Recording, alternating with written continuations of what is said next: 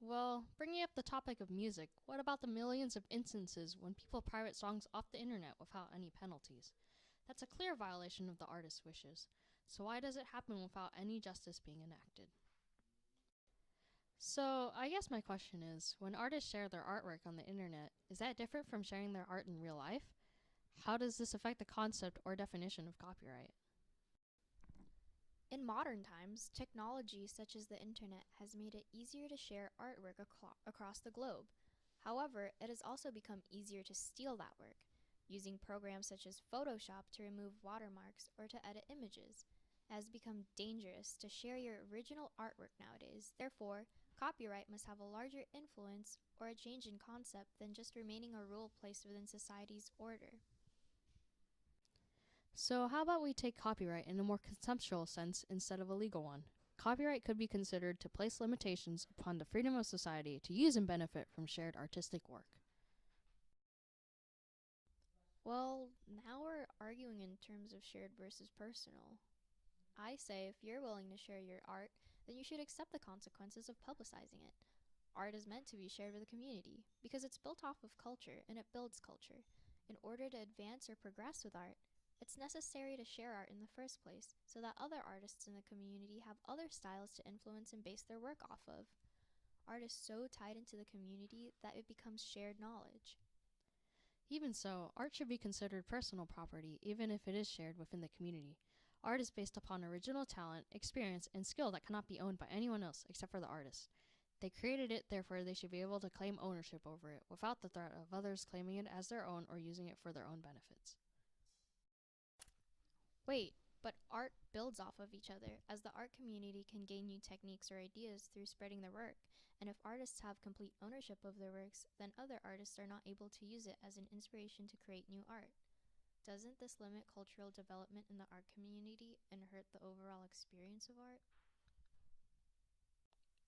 Well, that's generally not the case. It's the intentions of the artist that matter, so as long as somebody taking inspiration is being respectful, then the artist is most likely willing to allow people to use their art. So, by respectful, you mean they acknowledge the fact that the ideas they gain from the original artists are not their own.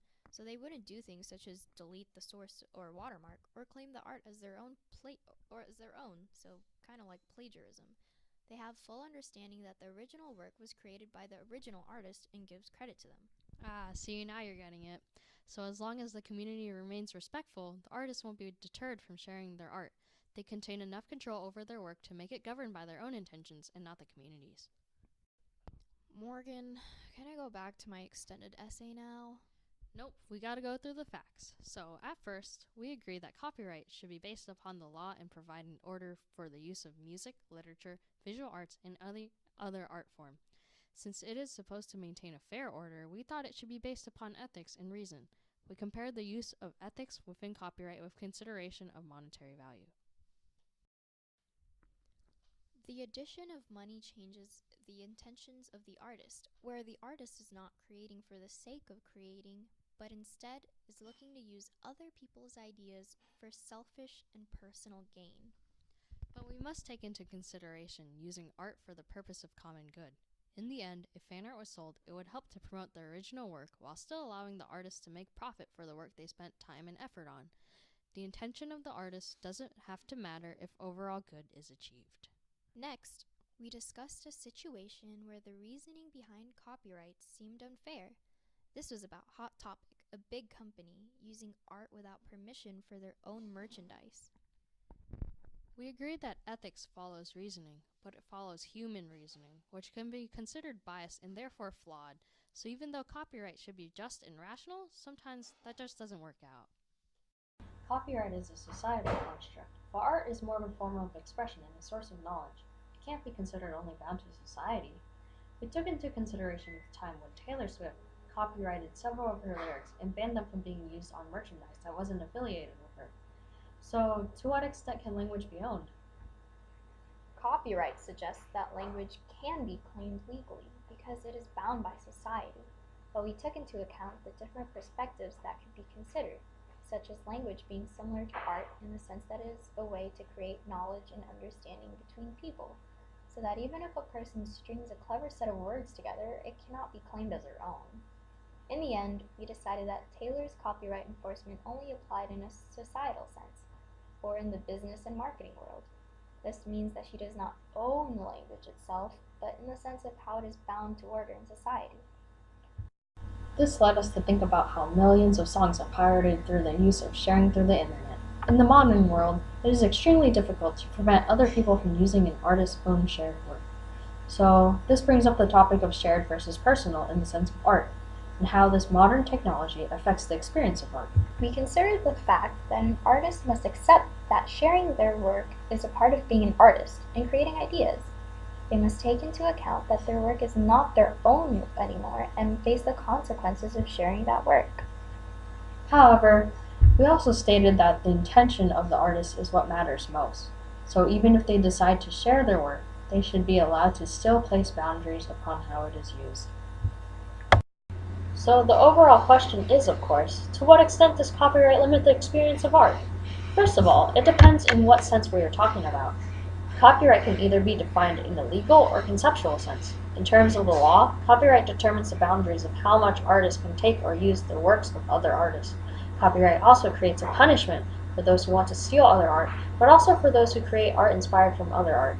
For the latter situation, it can become threatening and actually stifle an artist's need or desire to create and grow by using their inspiration from other art. In the conceptual sense, copyright is a way to gain credibility over the fact that an artist still owns their shared artwork. It provides protection against plagiarism or instances of modifying an original work.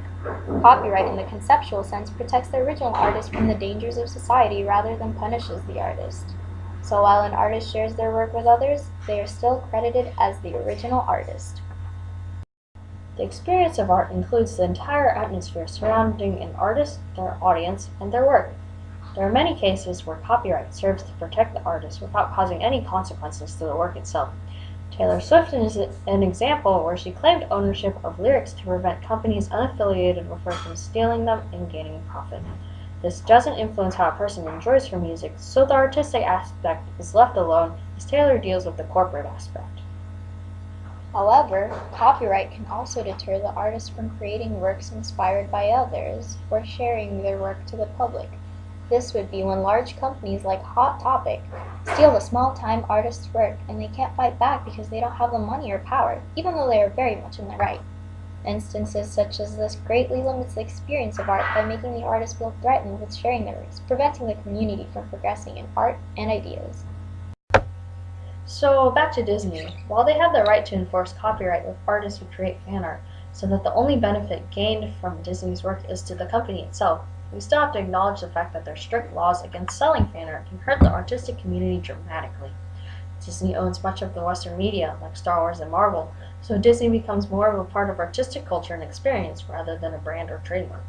Selling fan art and art has become a large part of art culture, and Disney takes that away from artists who are trying to pursue a career or who want to benefit from what they love, or are just taking something they enjoy and making some money on the side. With this strict copyright, Disney can harm the Western art community by saying no to the art they created, regardless if the idea originated from someone else, and can actually end up harming themselves. This fan art is a great way to spread awareness of something trending with the community and work as advertisement for more than profit loss.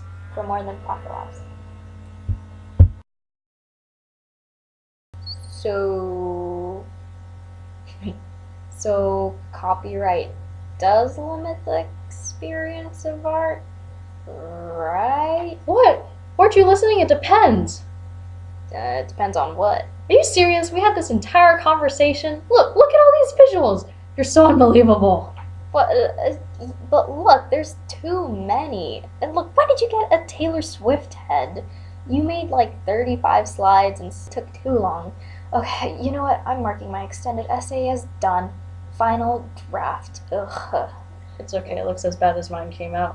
Final draft.